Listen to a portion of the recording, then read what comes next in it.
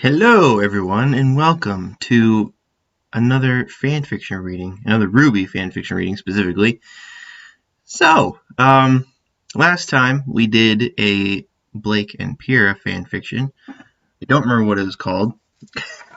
Um, Blake's Ears and Pyrrha's Spears.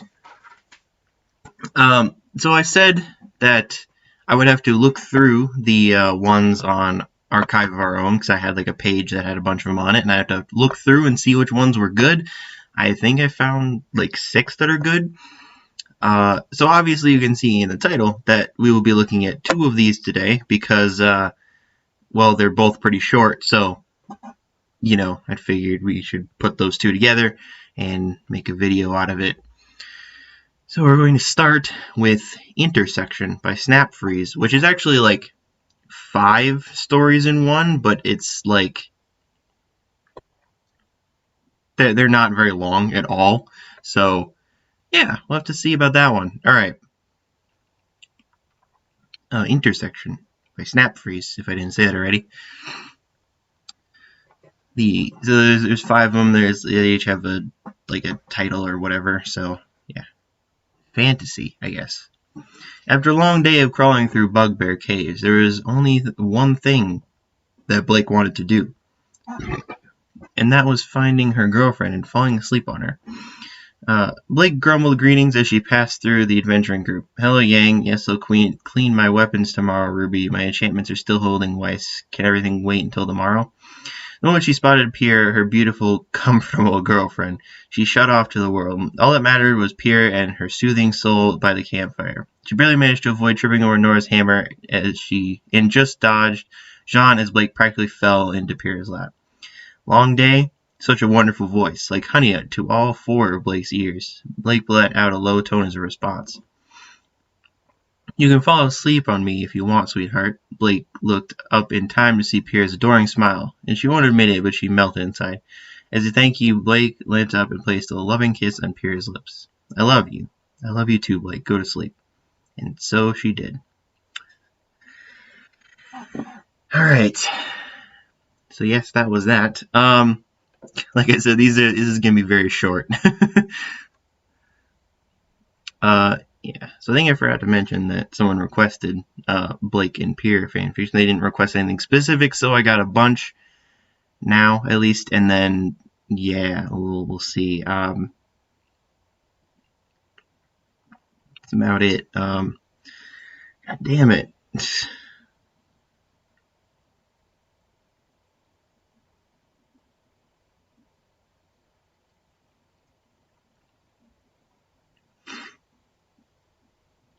Yeah, I don't really know. That's all I got. Alright. Sci-fi. Crescent 9 was a beautiful moon. Blake and Pierre had landed an hour ago. Something about an illegal mercenary presence, but Pierre couldn't help but be astonished at the landscape. The landscape of the moon was a brilliant blue hue, and from where she was standing, Pierre could see the planet that Crescent 9 orbited. It was astonishing, a sight that she would never bore of. Pierre felt Blake's mag boots behind her before she saw her, the muted howling atmosphere being the only thing loud enough to get through their sturdy helmets. Quite a view, isn't it? Blake's monotone voice came through the comms. Each planet we go to, each moon we go to, each view keeps getting better and better, Pierre responded. I'm glad I get to share it with you.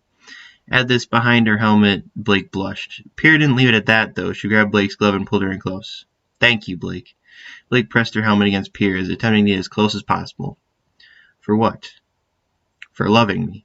Giving Pierre a small smile, Blake responded, of course, and closed her eyes. The mercenaries can wait a few more minutes. Right then.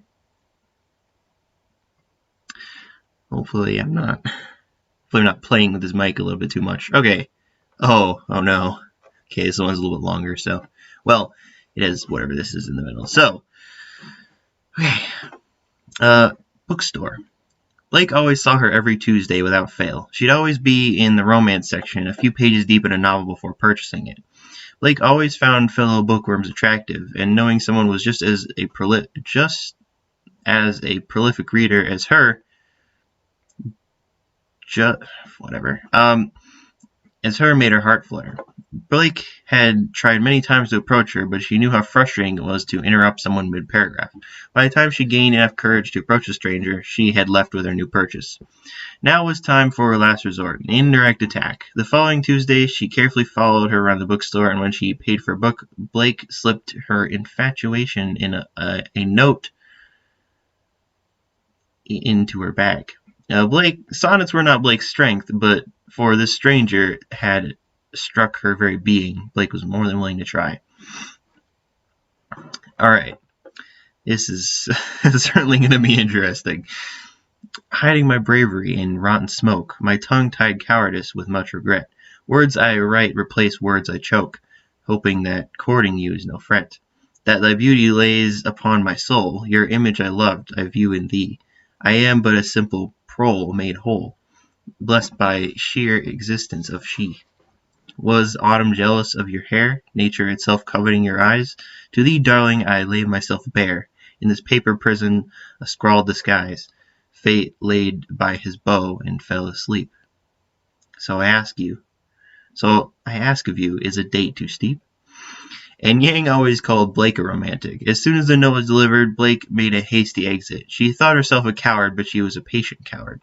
When Blake was slipped a note the following Tuesday asking her to a coffee date, reacting only in time to see a red ponytail disappear behind the bookshelf, Blake figured that she'd be getting more use out of her poetry skills for months to come. Right then. Tech support. Alright, this is going to be an interesting one. The door jingled as Pierre stepped into Rose Repairs. For the 5th time that month, Pierre's laptop had died on her. At this rate, she might as well buy a new laptop altogether, but she refused to give up on the thing. Again? And there was that voice. A voice that Pierre was incredibly attracted to, not that she'd admit it. Instead, she blushed and walked up to the front desk. Hi, Blake, and I'm pretty sure it's not the battery this time, nor was it Nora-induced. Blake looked away from the desktop computer she was at. Was it hot before it broke? Not as hot as the usual temperature. Did it boot up? It did not. I did get to that BIOS, maybe, thing before it gives up altogether.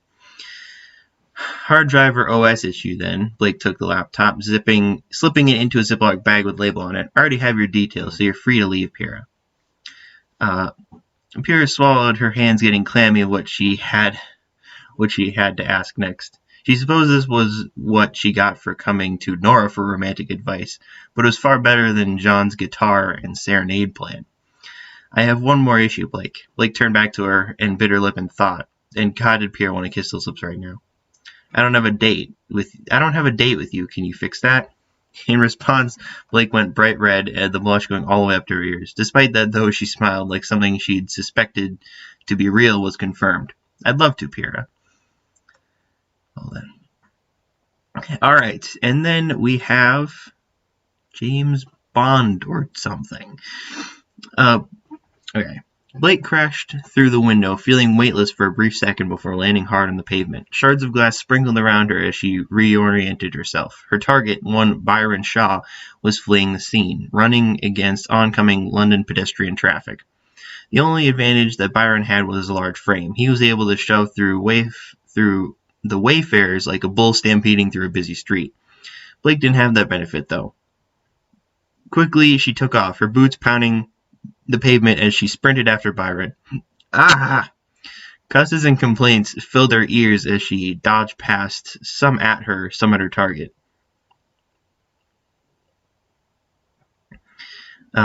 As the street became more packed, Byron swerved left, pushing over a delivery man to duck into an alleyway.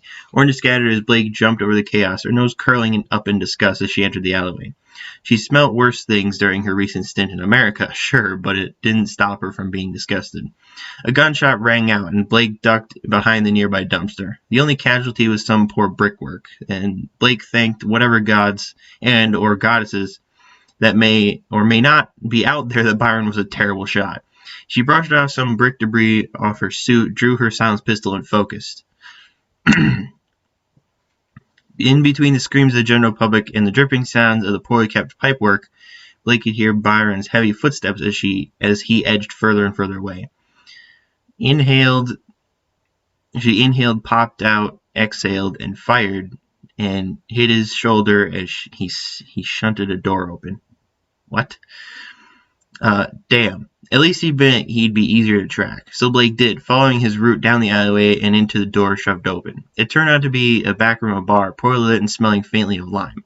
Blake heard a scuffle. Kicking open a door, she found Byron holding a gun to the head of a redhead. Leveling her pistol at Byron, she said in the most calm voice, "Put the gun down, Byron. I won't shoot her if you put yours down." To his credit, he wasn't shaking. He managed to keep his stare even on Blake.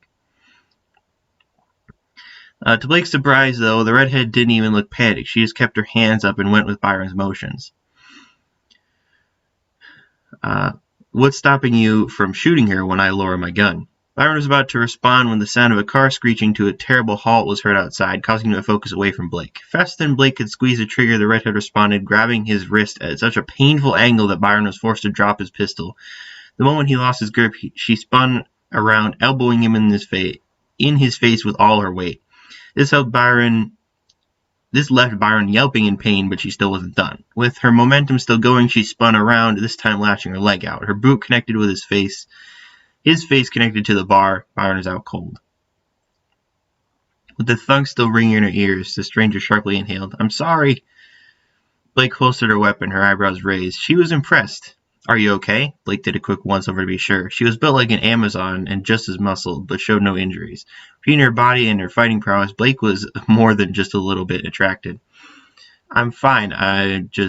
She blew out a breath. "Who are you?"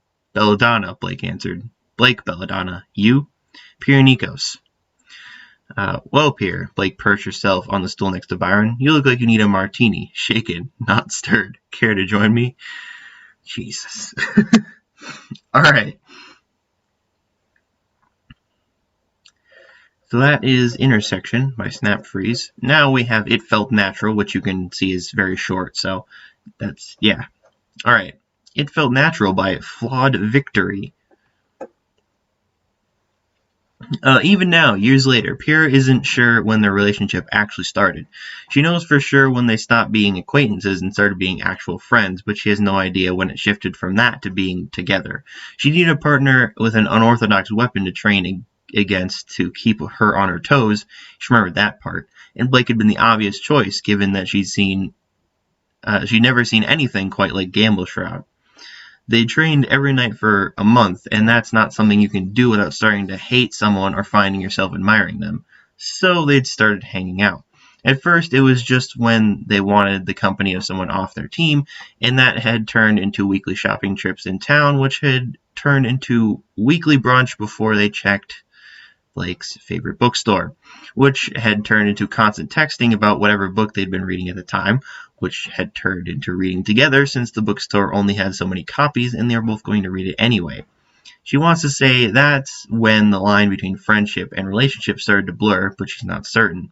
After all, they'd stopped correcting people who referred to them as girlfriends long before that. It'd just been less of a hassle. He could remember one concrete moment that told her they were actually together, one moment that cemented it in her mind.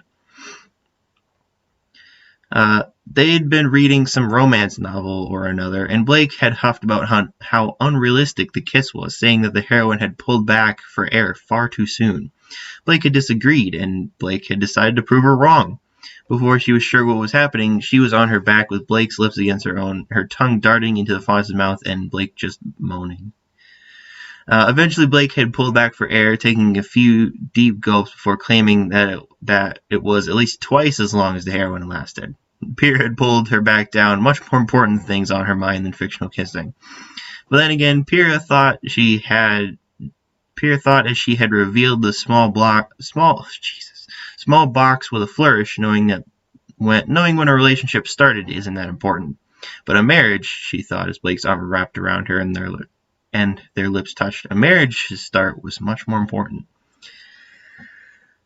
I can't read, but yes, that is that. So, it was pretty short, I guess.